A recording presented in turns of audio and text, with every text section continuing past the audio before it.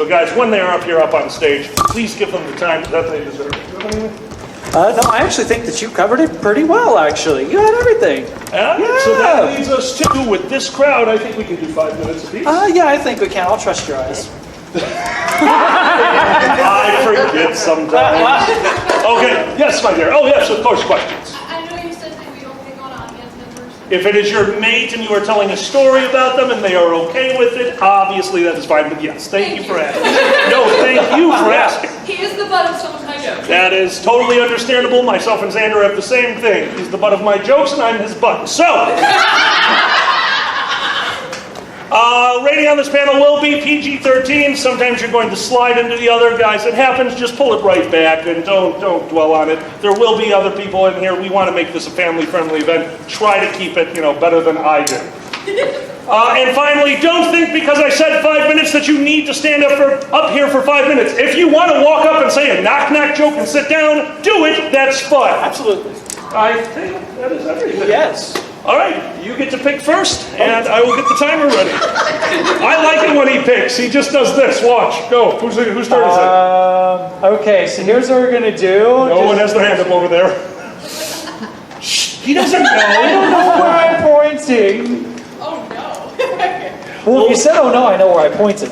Ladies and gentlemen, give it up for Status the Ferret!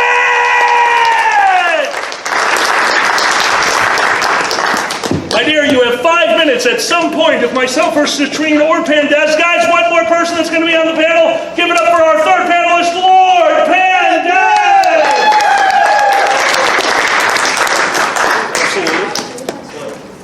Absolutely. That's fine. I am Alkali, that is what I am here for. And last thing, at 4 minutes, one of us will stand up and stand next to the stage. That is us saying you have 1 minute. At 5 minutes, we want everyone to have a turn. We might have to tell you to stop. We don't want to, and so everyone gets a turn. One more time for Status the Ferret! Indianapolis. What the fuck is your traffic? Sorry, Joyce. I have been here for a total of 3 hours now. This is only my second time in Indiana. The first time was passing through. I wanted to go get Moe's because I was hungry. And I decided that downtown Indianapolis would be a good place to go. Oh.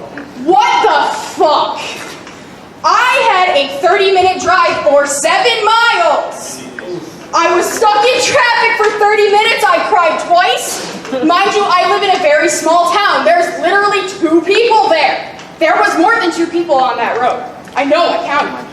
Okay, so that was totally unplanned. I just really needed to rant about that.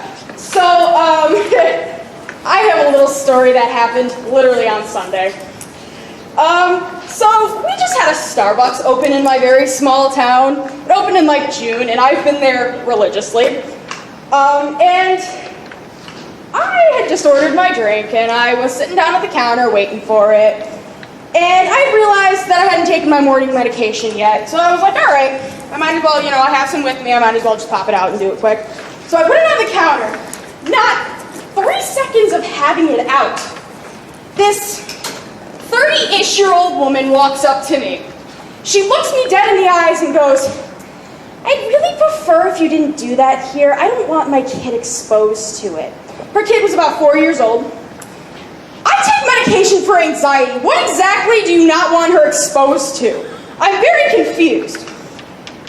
But it takes me 1 second to think of literally the perfect reply to it. I pull out a packet of pills that looks a lot like anti-baby pills. And I look at her and I go, that's why I take these. And she kind of looks at me confused and I go, so I don't have any of those spawns of Satan. I quickly get my drink and leave. So I have another little story, not involving Starbucks. This happened a little bit after Enter Ohio this year. So I have a 3-year-old little brother who is a furry in training, as I like to call him, who sometimes likes to watch the con videos just because, he's interested in seeing me and my brother on stage. And with that being said, he's learned a few names of people who are known at conventions. So we're watching the the Anthro Ohio Who's Line. And don't worry, it gets better. So we're at the part where it's Pepper Coyote, Dez, Dragor, and Alkali singing an Irish drinking song. Now he's 3, he doesn't get any of the jokes. But he's being all adorable, and he keeps pointing to the screen and going, "That's Alkali singing!" And I'm like, this is the cutest shit. I need to film this. So I get on my phone ready. And so I press record, and I look at him and I go, "Ben, who's that on stage?" And I'm like, I can't wait to show this to him. He's gonna love this. This little demon child looks at me and goes, "That's Peppa Pig!" I have that video if you want to see it. I shit you not. Along those same lines, so the other day we were picking up him from daycare, and I had my dear friend Alex in the front seat. So now, I don't know what it is with me and tall people, but apparently all of my friends are taller than me. I shouldn't say that, I'm 5'3", 95% of the population is taller than me, but this dear friend of mine is 6'4". So my 3-year-old little brother doesn't know the difference between, any tall people ever. So he opens up the door and he says hi to me, and I'm like, "Hi, Ben." He kind of looks at my friend Alex in the front seat confused. And then he lights up and he goes, "Hi, Alkali!" Oh, God. I don't know what's happening either. You've made a mistake. I didn't make anything. I'm all done, so that's okay. Ladies and gentlemen, give it up for Status the Man!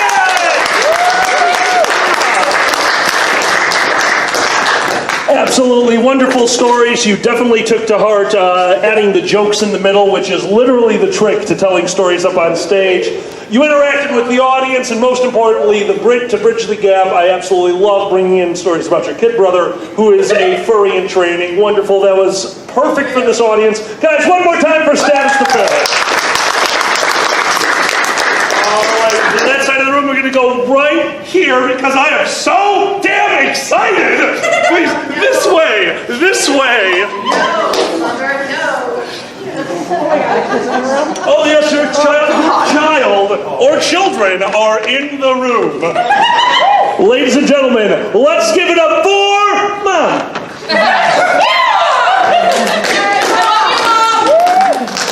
So, a lot of you guys know that I'm crazy, and I have been training for a marathon.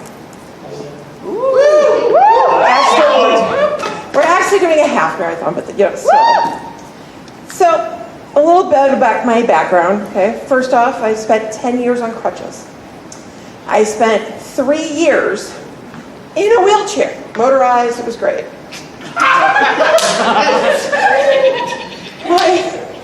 My doctor said by the age of 40, I would have 2 complete and total knee replacements. I am here training for a half marathon.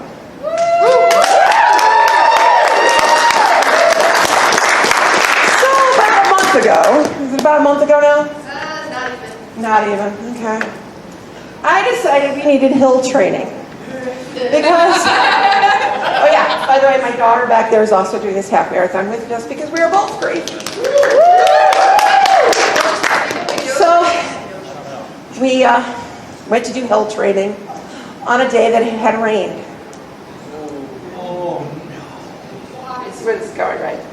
So, I started getting a leg cramp really bad, and I thought, oh wait, there's a bridge over there. I'll just get on there and stretch out and we'll be great. We'll keep going. Well, I started pushing off, and I'm like, I need to get that leg up. So I somehow did one of these numbers, and as she said, I did a backflip, and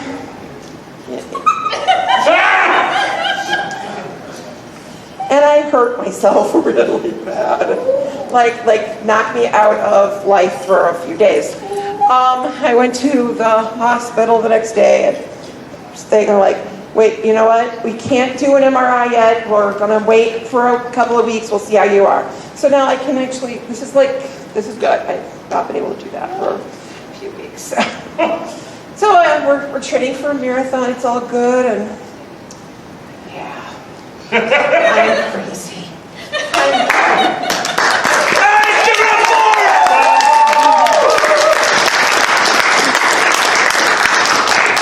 it! I absolutely love, there's a soft place in my heart for all camping stories.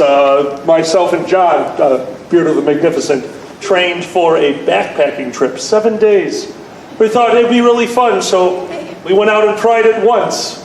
Put on a backpack, a coat under the backpack, went for a mile, then found a bench. We didn't go backpacking, but now when we hike, every time we see a bench, we have to say, oh look, a bench. We're very large. All right, at this side of the room, let's go over here. My dear, you have stories about your mate, apparently. How would you like to be introduced? Crow? Crow. Ladies and gentlemen, give it up for Crow!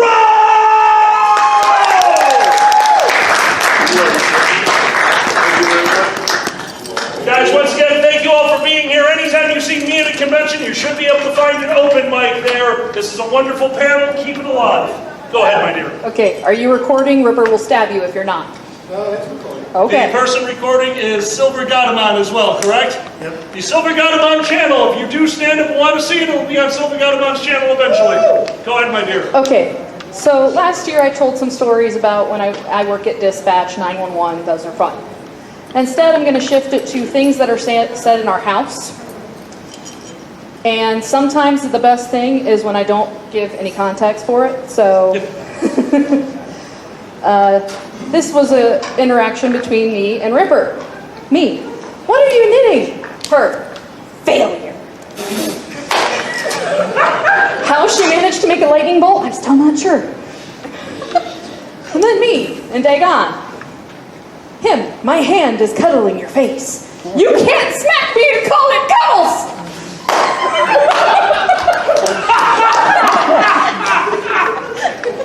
This one was said as our 18-year-old said to him, because you know it's him, me, and Ripper, our better female half. She is better.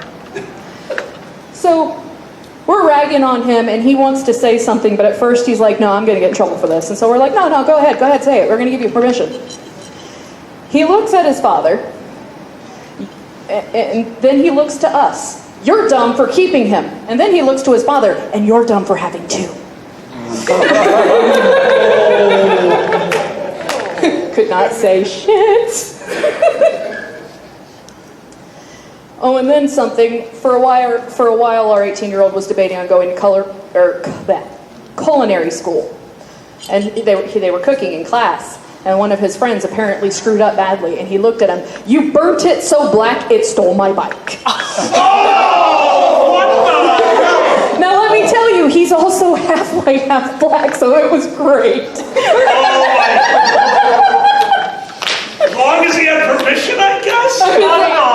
If he's gonna rag on that, at least he's half of that. Yeah. Oh my god. Oh god. And then our middle child is getting ready to go with Ripper. They're about to go out somewhere. And the older child, where are you going? Hell! I have to check on Daddy. Jesus. Now, mind you, I'm cutting out a lot of the stuff that's in this list because, we're not supposed to go too racial or too, out there. Thank you. Let me just tell you, some of the shit I'm cutting out on this is bad. And then, also, our middle child to him, you're a workaholic. Him, I'm also a man that could have a heart attack if you kids don't start pulling your weight. Her, I am pulling my weight. I just don't weigh that much. Little shit! And then, he always likes to say that, people are like, where are your feelings? I had them surgically removed in outpatient surgery. So then one day, I'm ragging on him, and I'm good. I am on a roll. I am being witty. It's amazing. It doesn't happen often. And so he's like, you know what? When I find my feelings, they'll be hurt. I look at him. I'm sorry. Didn't you say they were taken out into surgery, don't they dispose of biohazardous waste? Jeez. Oh, here's another one. Last night our Ripper is at home. She's working on costumes still, because of course, if we come here without costumes, we get lynched. Oh. So she's fixing up costumes because those will be here tomorrow. Everybody will get to see. Because if you remember Pinhead Pikachu from last year and all that, yes, they'll be coming back. So she's having him pin something so she can sew it. Well, she looks back and she goes, "Oh my God, can you do this, and this?" Him, "Is my lack of a uterus showing?"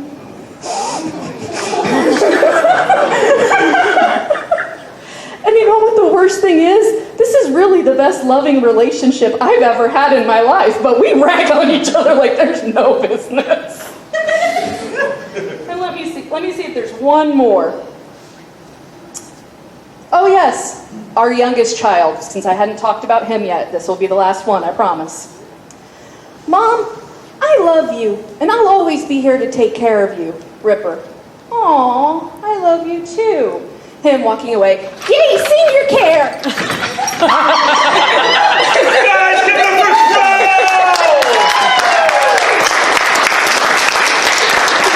I will tell you the same thing that Patton Oswalt said about himself. If the FBI has ever spied on your text messages, they have never stopped. There's this side of the room, we're going to do this. Let's do one more in the back, and then we're going to come up front. How can I introduce you, my friend? Floof Electric. One more time.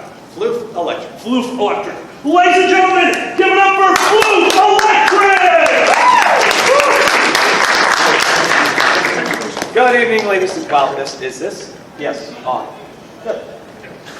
I'm just deaf. Good to know. Oh wait, I might have accidentally turned it off. I think my finger hit it when I was... Hello? Oh, there it is. I apologize. Sound engineering. Thank you very much. All right, so who's ever had a workplace accident? I'm sure a lot of people. Show of hands. That is a concerning amount of hands, I'll be honest.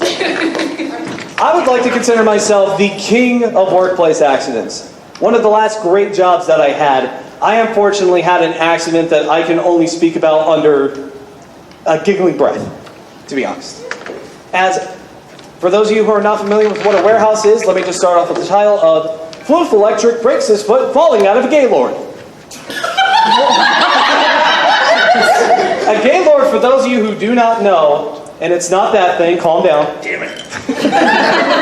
It is a giant box about the size of a pallet, cardboard box that you usually put onto a pallet to get rid of stuff you don't want, such as cardboard, scrap metal, plastics, that sort of thing. We had a bunch of plastic bags working inside of a shop I will not mention, so don't ask right now. A bunch of plastic we had in there, and one of our other employees who had been there for longer was about to squish it down so we didn't have to take it over to the recycling baler. He decided, that guy's new. I bet he won't hurt himself doing something stupid. So he asked me to jump in and do a little bit of jumping around in there to crush down the plastic. And I'm like, well, I'm new. I want to impress people. Why not hop in? That was perfectly fine. I was having the time of my life, bouncing around like a deflated bouncy castle. I felt I was stomping on children's streets. Wonderful. And then I tried to get out. That was a lot harder than getting in, turns out, as I had stepped just about this far out of the box when part of my body didn't seem to make it all the way through. It got caught, and I tipped sideways, falling onto the right side of my foot at a 45-degree angle onto concrete.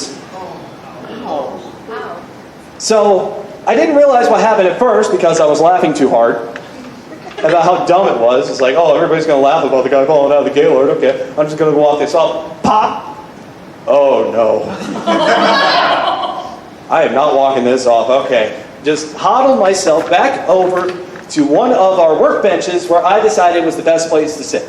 So one dummy breaks his foot trying to do his job, so he completely makes sure that no one else can do their job on this table. And I loved my boss at that point. He decided the best course of action was to actually drive me to a ready med to go have it examined. It was absolutely heartwarming, one of the most humbling moments of my life. My last boss would have told me to go to the ice machine, put some on my boot, and get back to work. So, it found out it had fractured the 5th metatarsal, only a hairline fracture on the 5th metatarsal, which is right behind the area where your small pinky toe is. Would anybody like to take a guess at what doctors medically call that? Gaylord. No, that was on my insurance papers. Nicely done. It's called a dancer's fracture. I missed the pirouette on the way out. And had to put on a boot for about 6 months? No, 3 months. Sorry, it just felt like 6 months. Especially with a giant boot on your foot, because you decided that would be a good idea to jump in a bouncy castle Gaylord, only to walk away with a dancer's fracture, despite having no experience dancing, as you can most clearly see. Thank you very much.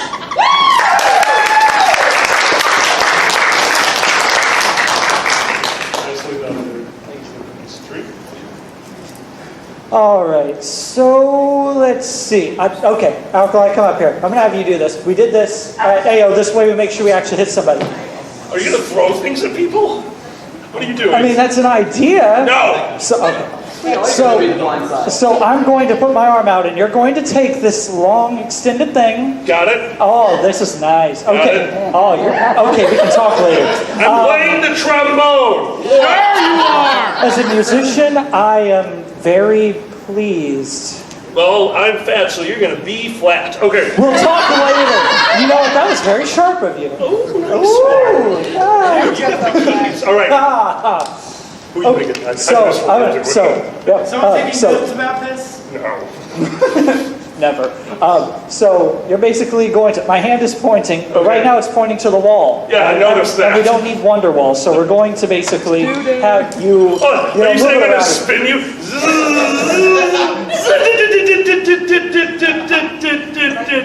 You. What's your Yes. name? Anubis.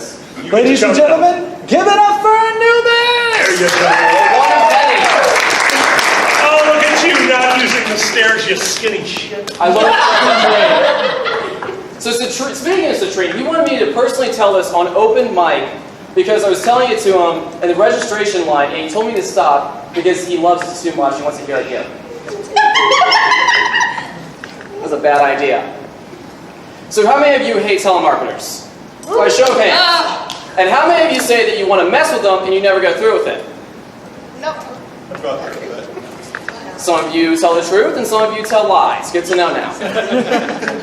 So, I was at work one day, way back in 2017, and we get a call, and give you an idea of how annoyed I was by who it was.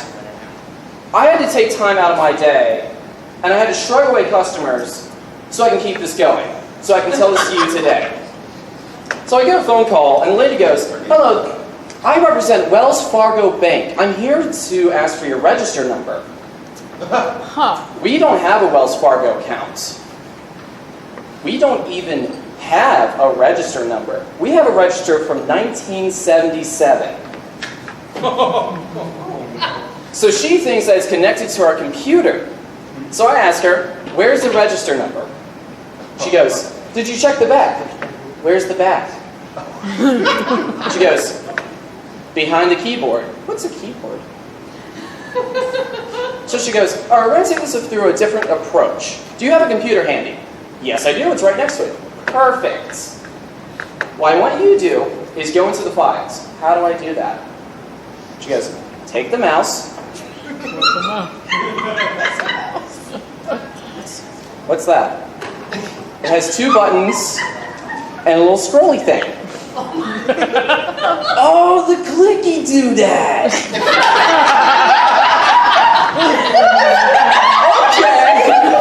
Okay. Where do I take it? She's like, "Do you know what a taskbar is?" "Is that the thing my dad went to and said parents meeting?" "No, sir. The little bar on the bottom of the screen." "Oh, Okay, what do? Drag the mouse to the file. All right, do I put the mouse on the screen? Or what do? At this point, I hear a very audible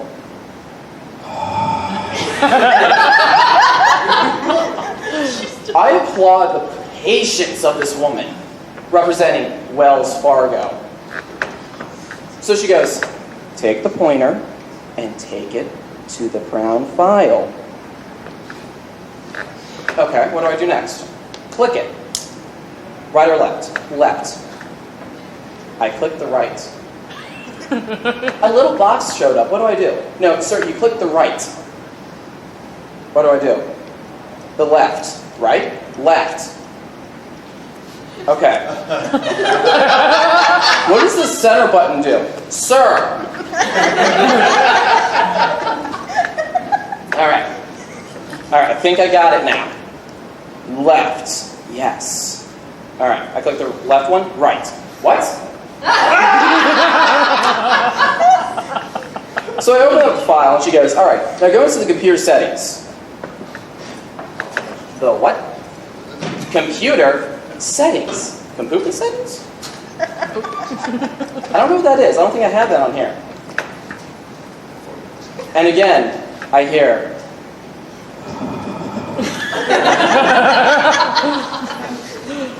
I am thinning this woman's patience way too fast. So I comply. I go, oh, okay, the one with the screen. Yes. Okay, what do I do now? Go and try to find where it says register. My register? But you said to use my computer. She goes, is there anyone else I can talk to? Yes, my friend. All right, great. I hand it off to my coworker and he goes, what's a computer? She hangs up, and that was the last telemarketer call we got from Wells Fargo.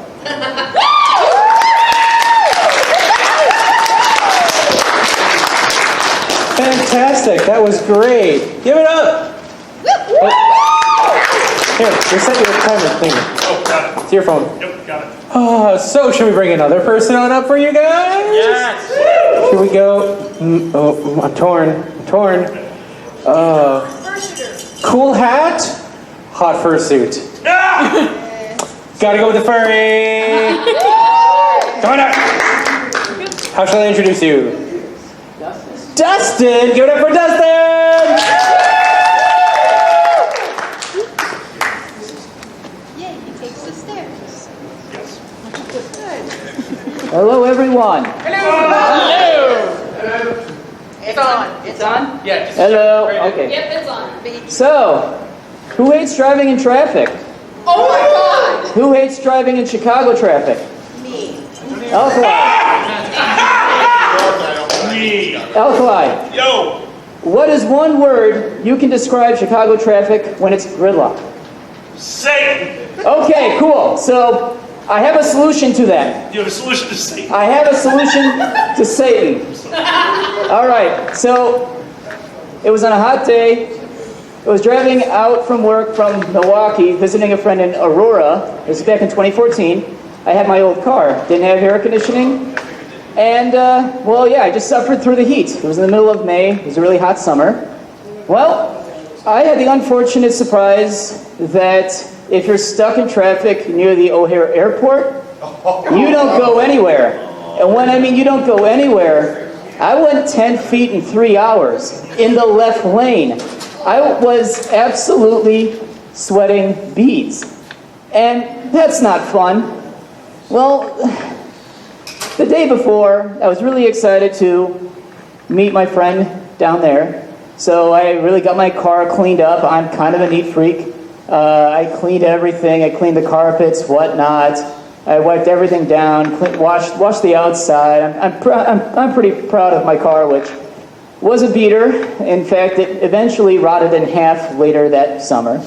But it was still my car. I was one of the few of my friends that first knew that had a car, so I was proud of it. So here I am, stuck in traffic. And, well, unfortunately for me, and I'm sure you might know someone or yourself have this problem. I get dry humidity-induced nosebleeds where my nose dries so much that all of a sudden becomes faucet. And didn't really foresee the future. Well, the other day I was looking at the napkins I had in my glove box and said, when the hell did I ever need this? I've had this in my car for 6 years, never had to touch it once. You know what? I'll never need it. So I tossed them out. Now I'm starting to regret my decision because on my shirt, because I absolutely love Seinfeld, there is an image of the soup Nazi. It says, no soup for you. Well, as my poor face is absolutely bleeding, and sometimes my nosebleeds don't stop, they keep going. So unfortunately, my poor me is like, oh no. And I'm looking down and I can see little drips of blood on his face. Like, oh dude, that is so funny. But why am I saying that? Because I'm so screwed. Because I'm starting to feel a bit woozy. It did not stop. It did not stop. I was actually becoming quite frightened. There was traffic barrels on the left shoulder, so I couldn't really pull up there. It hasn't moved for the 30, 40 minutes that this was keep going. I was starting to get really, really worried. I was fearing I might pass out behind the wheel. So I decided to put it in park. And, well, an idea sparked.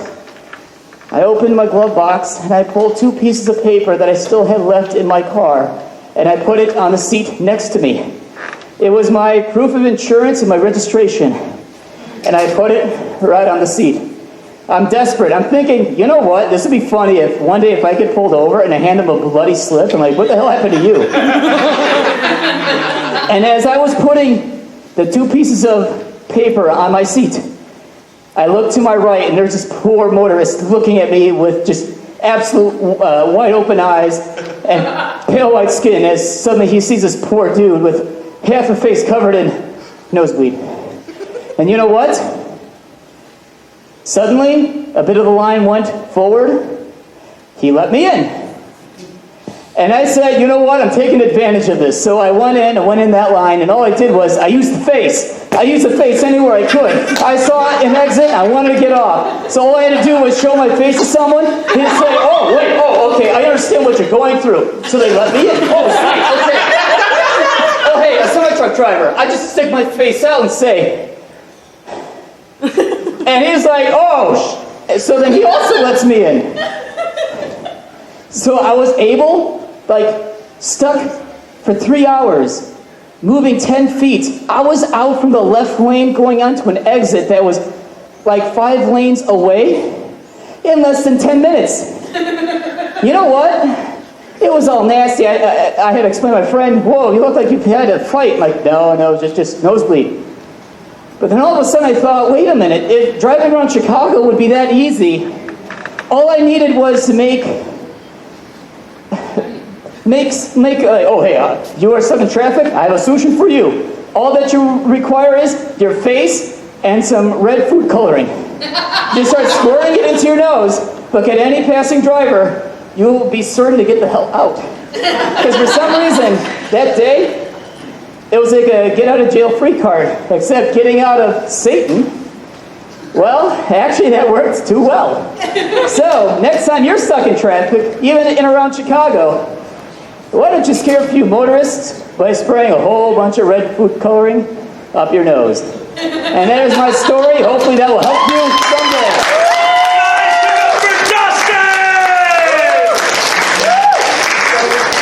You know how I know that story is true? Because I also suffer from nosebleeds, and once I sneezed on my front window. You don't get to move as far when you do that, but it's funny as shit. All right, who's next? I was over here. We're going to go over here. Actually, no one else has a hand up over here. Yep, come on up. How can I introduce you? All right, this is called Vengeance Stories 101. It is so good to see you. One more time. I always say it wrong. Dagon. Okay. Guys, give it up for Dagon! Hey, Furcon. I can't hear you. Hey, Furcon. That's what I'm talking about. How many of you love that drive-in today? Let me just tell you. Satan! As far as Indiana roads go, I love our Department of Transportation. It's the only state in the world I've ever been in where they can shut down half a highway for 3 weeks to fix the potholes. And you know what? They did a good job. The circles on the potholes are so much clearer now. So anyway, as some of the people that I've been on panels with and Who's Line with can tell you, I can get pretty out there. So to try and respect Alkali, I understand we got some rules now. We're trying to be family friendly, no racist jokes. I won't tell a racist joke. I am a racist joke.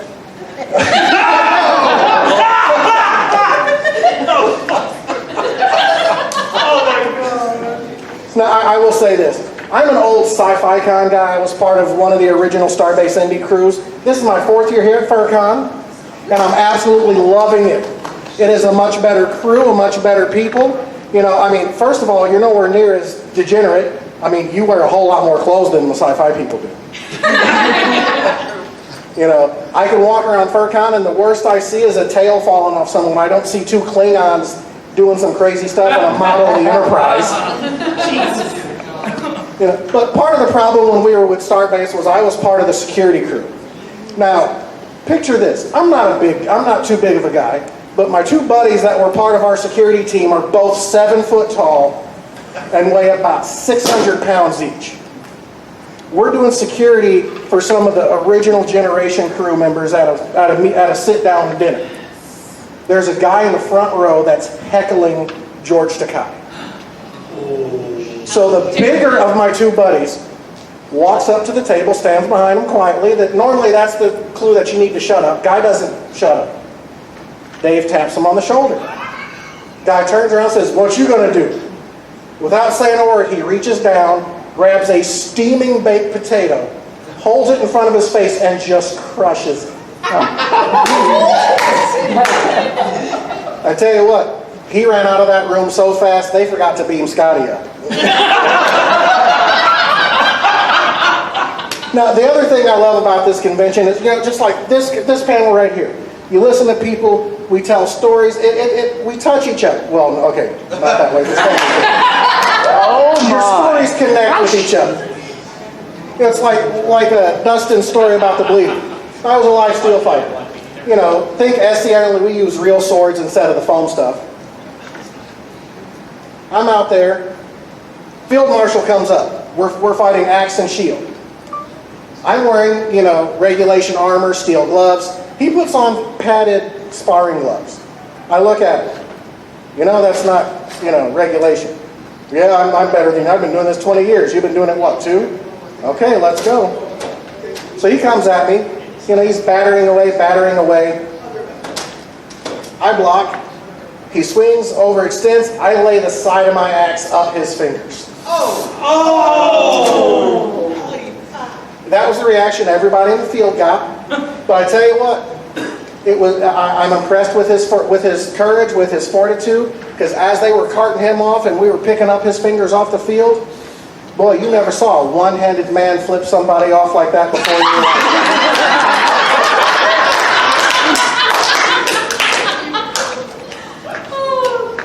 But I'm telling you what, I absolutely love this place.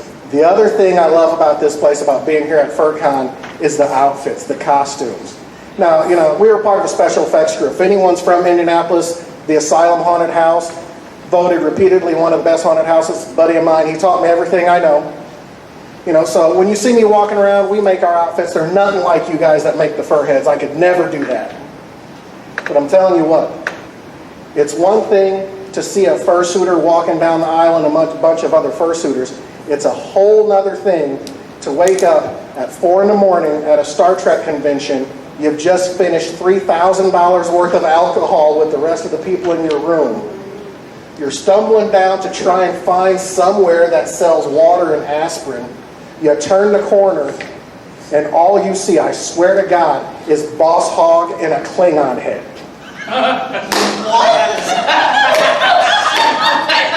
I looked around, and all I heard was dueling banjos.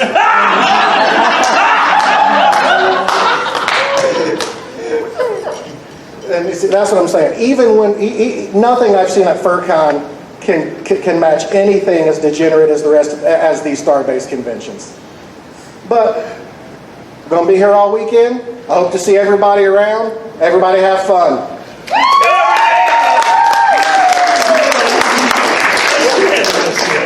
I missed I that was shit. also on the chain team. Oh, you're nuts. And the leather armor. Oh, shit. Alkali, Yo. you have no idea how crazy he is. Oh, I missed that shit. When I was about 100 pounds lighter and, not dying, I used to love us. I cheated on quarterstaff. I used a densitized oak bow staff. Oh, fuck you. But my head is so hard. And in debate, we would goof around. They'd pick me up like a battering ram and bash me into the walls to try and dent the. That is not how debate works! I almost got kicked out one season. I see why. I hammered at my opponent's quarterstaff instead of trying to attack him. When I heard the crack, as he came down for an overhead shot, No. I stepped into it, let it split over my head. You never know how quick someone gives up when you break a staff over their head and you scream and charge. That's right, you don't throw things. Yeah, because you'll get hurt. Yeah, exactly. You're nuts. Guys, one more time for Daya. Thank you so much. All right, we've got time for a few more, actually. So right here, you've been in the room the whole time. How can I introduce you? Say again? Caleb. Caleb. Caleb. Caleb. Guys, give it up for Caleb! Just gonna use the stairs here. I know I'm skinny, but just decided to use the stairs. Try to conform a little bit. Conformity. Alrighty. Well, how you guys doing tonight? I can't hear you. How you guys doing tonight? There we go. That's what I like to hear. Alright, well, my name's Caleb. A little bit about myself. I'm 22 years old, from Wisconsin. Good to have some Wisconsinites here in the crowd. So, to be honest, I'm nervous as hell right now. Totally don't do this very often, but I decided to give it a shot here today. So, I don't know. Is drinking stories okay? Absolutely. Alrighty. So, I want to tell you guys a story about when I drank for probably about the first time, and it ended up being one of the last times, although I'm drinking tonight too, so not conforming to that. So, I decided to get a bottle of Peach Sky. Actually, I was underage at the time. My mom got it for me when I was living at my grandparents' house. And I decided to get a bottle of Peach Sky, and I had some squirt. And I was mixing it inside of red Solo cups, just mixing it myself. Well, unfortunately, I went through half a bottle in about a 2-hour period. That's a lot of fucking alcohol, people. Like, I was totally just fucked, and it was a work day. So, after I do that, I'm throwing up for like 3 hours. I end up calling my mom, and I'm asking her, "Ma, am I okay?" I've been over the toilet for an hour and a half. What's going on here? My stepfather, he's an alcoholic, so he knows how to drink. So she ends up asking him, and he's just like, "Oh no, it's fine, it's fine. He's just getting rid of the alcohol. He's not going to have to get his stomach pumped." I'm like, thank God. I did not want to have to explain to a doctor that I'm underage and drinking Peach Sky at the middle of the night, let alone on a work night. So, like I said, I'm just throwing up for another hour and a half after that phone call, and then I decided to go to bed because I finally feel all right. Well, I wake up in the morning. I work third shift at the time, so I wake up at around 10 in the afternoon for work at 11, and I'm still just totally wasted, like out of my mind. So I end up going to work, totally out of my mind. Let me tell you, that was the most fun day at work I've ever had. Just going to work. I worked at a plating company at that time, so I was just putting parts on racks. So it was easy. It was just stand there and put parts on racks. I'm missing a hook every here and there, just like swinging my arms, trying to go faster, using both my hands.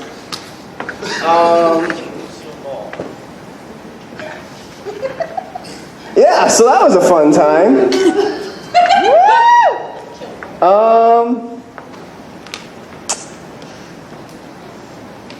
Trying to think if I have any other stories here.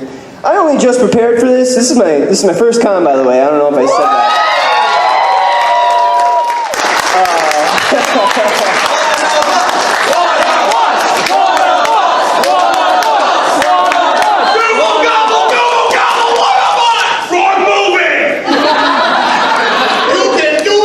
I did not expect that. Holy shit.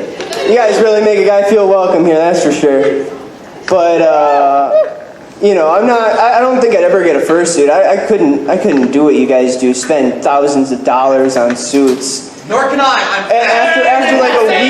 After like a whole week of waiting for it, not even like a year, I've heard some people wait for their fursuits. I couldn't do it. Plus, how hot those suits can get. Oh, hell no. Oh, never.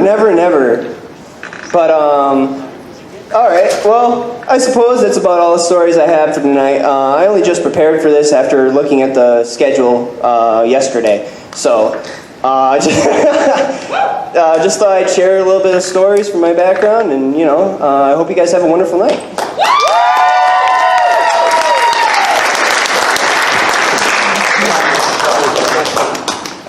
I absolutely love that this gentleman over here asked if it's okay to tell drinking stories. If you watch the IFC Twitter, you'll know that I just did the anti-drinking PSA. And I've been sitting over there drinking beer. Excellent! We're all on the same page. That's what matters. Ladies and gentlemen, give it up for Wolf Cub!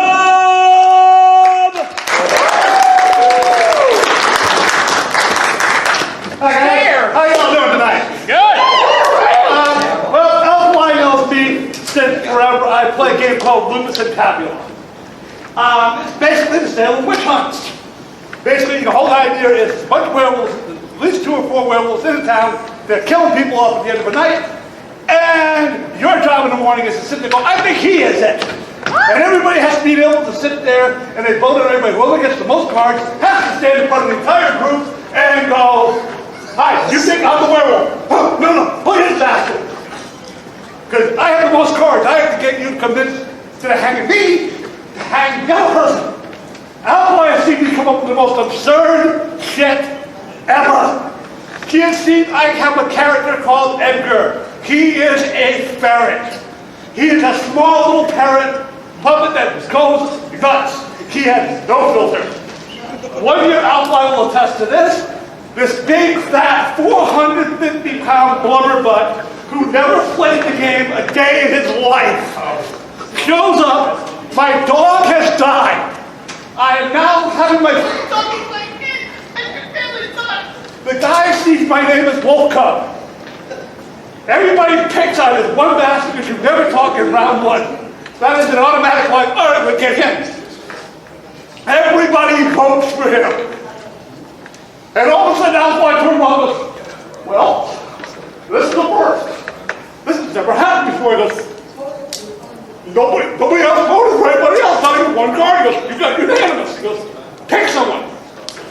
So the guy looks around the entire room and goes, I pick him. And points at me. Alkaline looks at him. The whole half the team who knows me playing over the years is starting to do this. Grinning. At this point, I do not have Edgar. I go, oh, he goes, Alkaline goes, you can pick anybody else. He's trying to convince this fat bastard not to go against me. And all of a sudden he goes, no, I want him. And he goes, okay. Wolf Cub, you're up. 1 minute. Hello, people. Everybody know me. You guys have good deal. He has a really cracking voice now. And all of a sudden he goes, I have to do that like that. You sure you do them? I got this. Since I barely can talk, I walked up to the guy, Edgar does this. Sees this guy's belly out here with suspenders. It is so funny because all of a sudden Edgar goes, jumps up and goes, he's a werewolf! He's touching the white village! Save me! I'm going to be attacked! And dives his face into me. Whole group burst into laughter.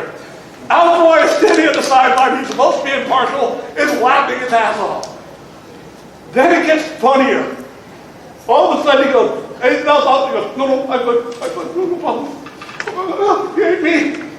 All of a sudden, Alpha goes, okay. He goes, walks up to the other guy, goes, you heard him. Defend yourself. I'm a villager. I was home alone, sleeping. Alpha goes, no, you can say anything you want. You can be anything you want. He's trying to convince him not to do this. The guy goes, I'm sticking to my story. Alpha goes, okay, your funeral. And then look, he walks up to me and goes, who thinks Wolf Thomas the werewolf? Whole town just like.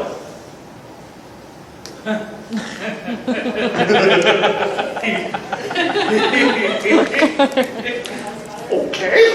He goes, oh, this is going to be good. Who thinks he's the werewolf? And as Alkali turns around, Edgar is sitting in the middle of the group with his paw up. Alkali stopped and goes, oh, you don't count. You're here defending yourself. He goes, why do you have your paw up? And he goes, I just want to make it unanimous. And time. Guys, give it up for Wolf Town!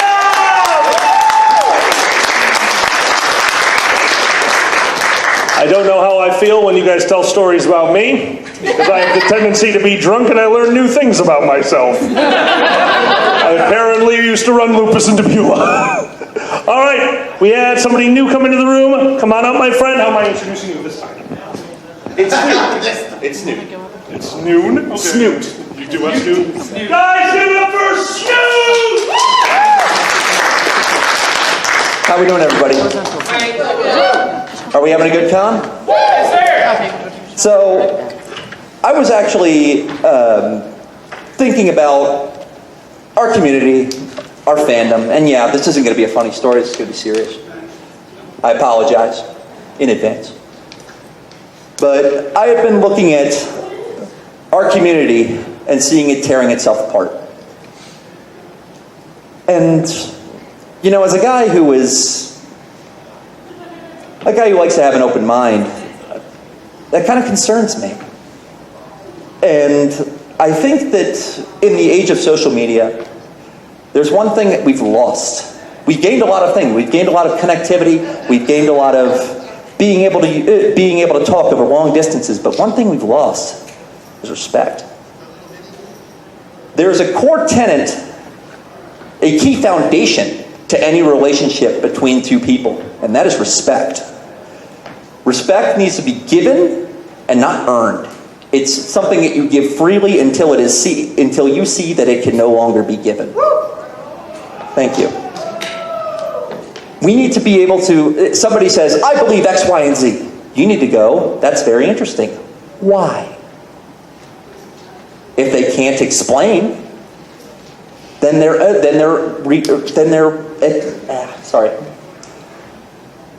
argument has no basis. I believe Uncle Kage is the man who said evidence is something that is needed. It's something that is essential to forming an opinion. If they cannot provide evidence for what they believe, then what is the weight of their belief? You need to honestly sit down with people who don't believe what you believe, and you need to be able to have what we call a discussion.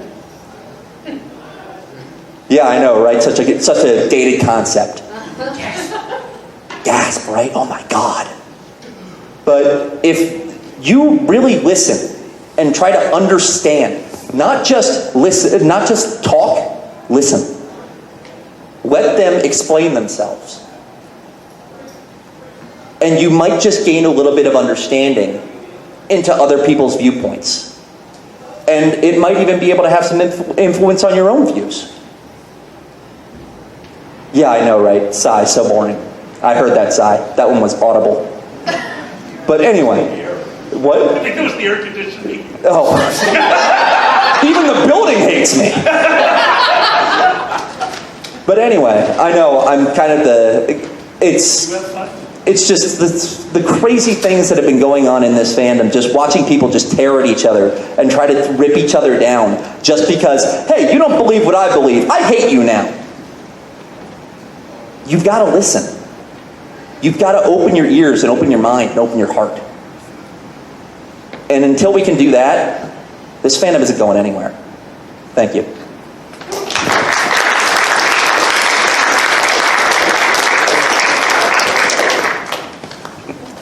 You need this microphone. You get to talk now.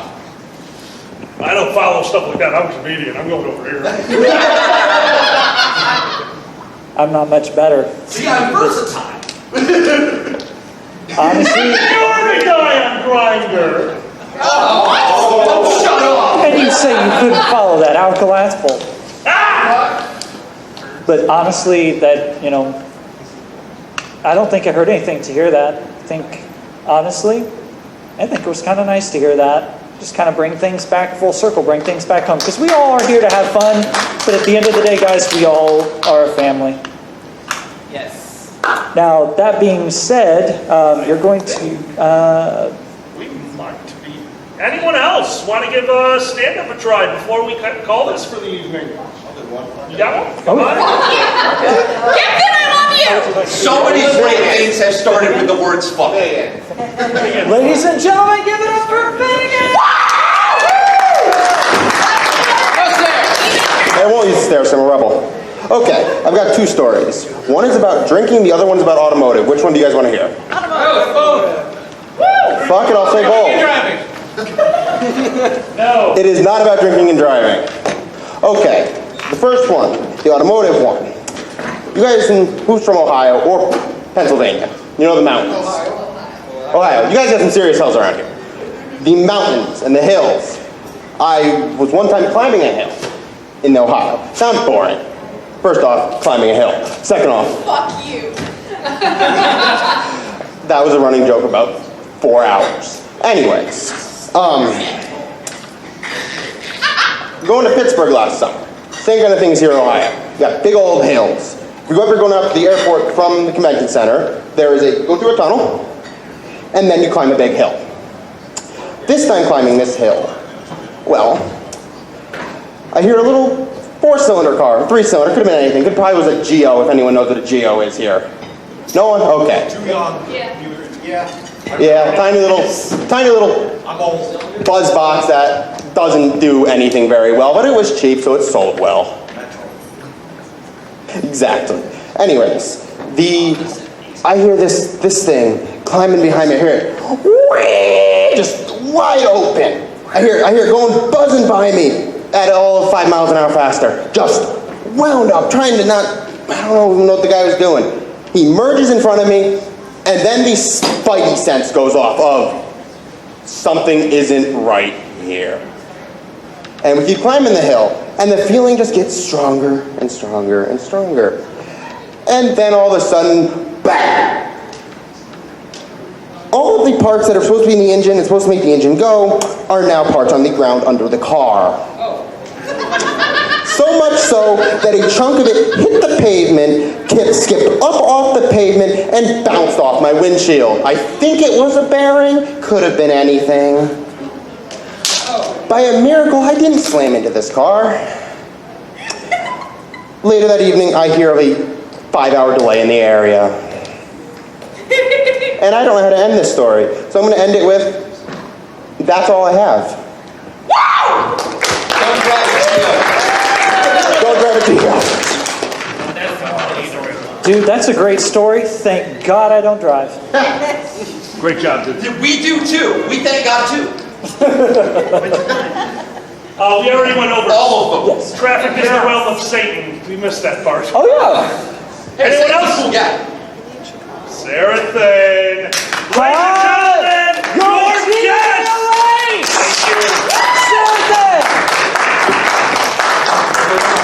Thank you very much. I appreciate it. Every panel can be charity, especially with people like you. Guys, one more time for your guest of honor, Sarah Thane. I actually didn't have anything prepared, but I was sitting there getting stuff in my head and I may as well use it. So, about a year ago, I started doing freelance writing. I quit my job and started doing freelance. But I found out quite early on that I needed some other form of social interaction, or else my mate would eventually come home and open the curtains. I go, it burns.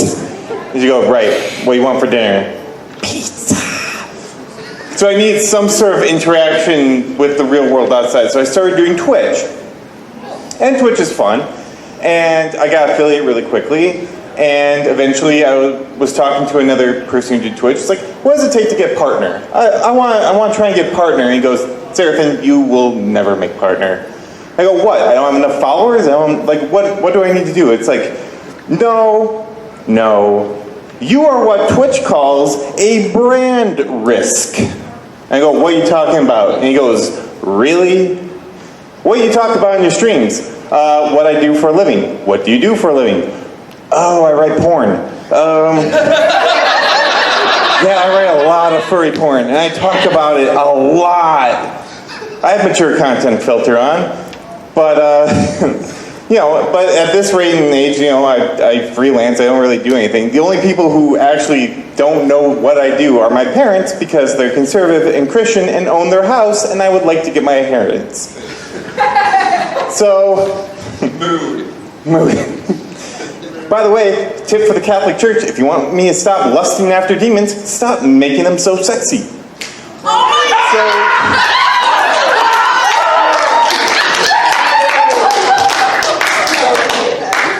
Which, by the way, we're getting into the media and whatnot, talking about video games making people violent. I don't think so at all. I think they just make people horny. If you played Call of Cthulhu, you will want to get that bad ending because, oh my God, can you say beefcake? I would summon him just to destroy my world. Or if you've ever done any character creation whatsoever on Skyrim, Fusro, damn, you can make a muscular character. So, people who say friendship is forever has obviously never played Mario Party with them. Mario Party is what you do when you don't want someone to come over to your house anymore. Because I cannot describe the soul-crushing feeling that it is to be 3 stars ahead and then someone pulls a reversal and now you're walking home. Most games are like that. Most games are very competitive, even the ones that are supposedly co-op.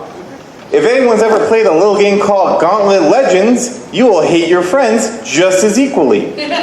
The reason being, because the announcer will clearly say, Blue Wizard needs help badly, and you will see that food, and oops, the ranger took it, because he didn't see it.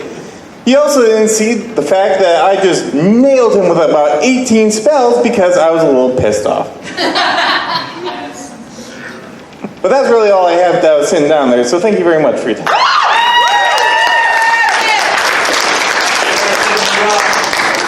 Ladies and gentlemen, give it up once again for your GOH for IFC 2019 Sarah.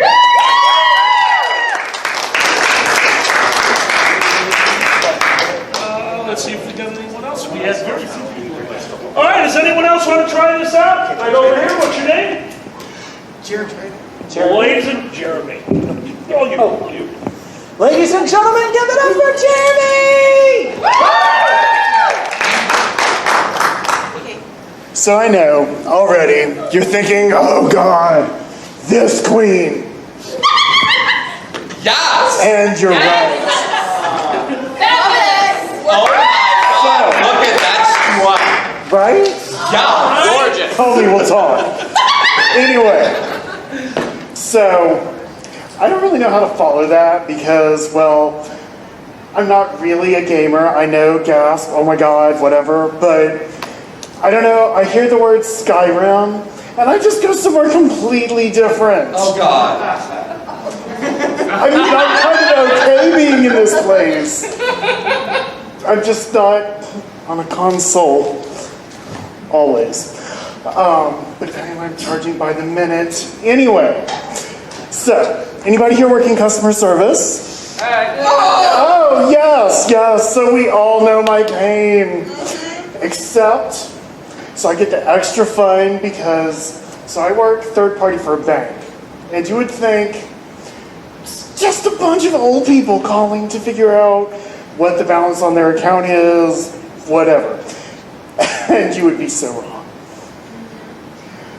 I have had so many calls where at the end of them, I don't know how, I'm completely straight acting. But at the end, they always want to pray. Who calls their bank to pray?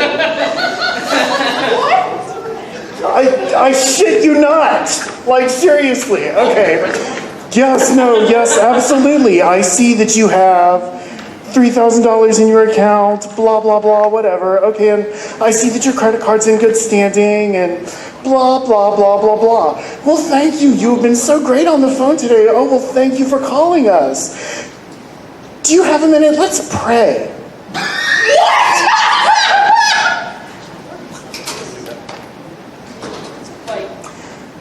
What kind of Rice Krispies peanut butter in your chocolate on your asshole bullshit is that?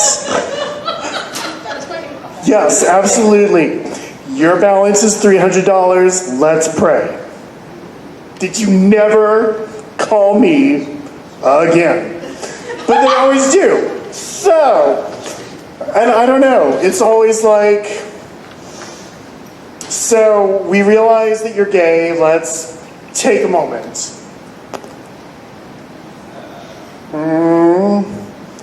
Yeah, no, still like dick.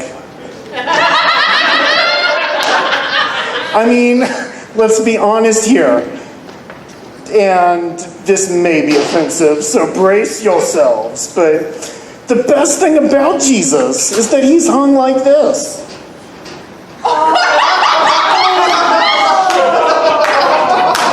Drink, alcohol, drink! Drink more! I don't know what rating this is, but I want to go to there. I will go wherever you want it, Daddy. Damn! Why do I always gotta be Daddy? You can be whoever you want to be as long as you don't call me late for dinner. Daddy! I'll eat whatever you want. Let's start with your ass, boo. Anyway. I interrupted you. You got a minute left. Take another minute. I interrupted. Oh, yes, you did. If you would like. Are you done now? Honey, that's going to take way more than a minute. I'm bad enough if you're going to... This is not my last therapy session. It didn't work out anyway. I mean... What? So you see, this one time... At band camp? That's a whole different story. Damn. Call me, we'll talk. Anyhow, no, this therapist I had, and it was great because he kept trying to reference Freud. I don't know how much of you all know Freud, but he was this very interesting person who had a very fascinating obsession with his mother. So everything that I said led all the way back to that, and I'm just like, okay, but if I'm obsessed with my mom, why do I like dick so much? It's not connecting. Yeah, okay, whatever. So that was another chocolate in your peanut butter on your asshole. But whatever, I mean, do you, boo? I get it. That's that. Ladies and gentlemen, give it for chocolate on your asshole and your peanut butter!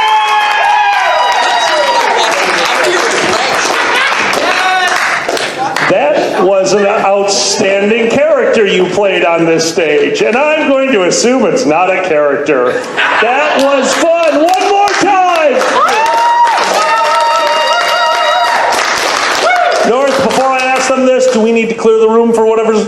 Yes, because I need to set up the stage. Okay, I thought that. Ladies and gentlemen, I do apologize. We're going to cut this one a little bit short. We had a few hands down, but before we go, I just want to remind you, this panel will be at any con that you see myself at. Most of the cons that you see him at. We want to see you up on the stage more often. Open mic is something we all hold near and dear. Thank you very much. Guys, do you have anything to say? Do you want us to do an outro?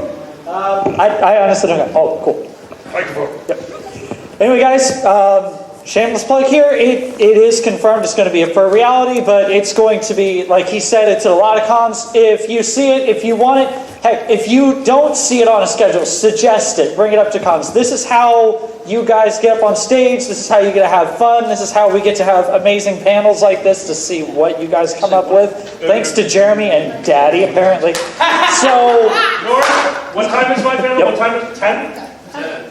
okay, so in here at 10 o'clock, it's in here? Or is it? In this room, 10 o'clock, MST3K! Guys, this is Alkali, we had Ted. This has been Open Mic, thank you and good night!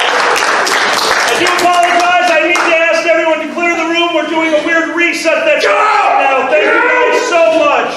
Get the hell out of my room! Sir, yes, sir! Silver Gattoman, he bought me a coffee. Silver Gattoman, here is the song for thee. He likes to video all the panels at the cons. You should go and watch them whether they are short or long. Silver Gattoman, you video that's not a jibe. All of you go to his YouTube channel and like and subscribe.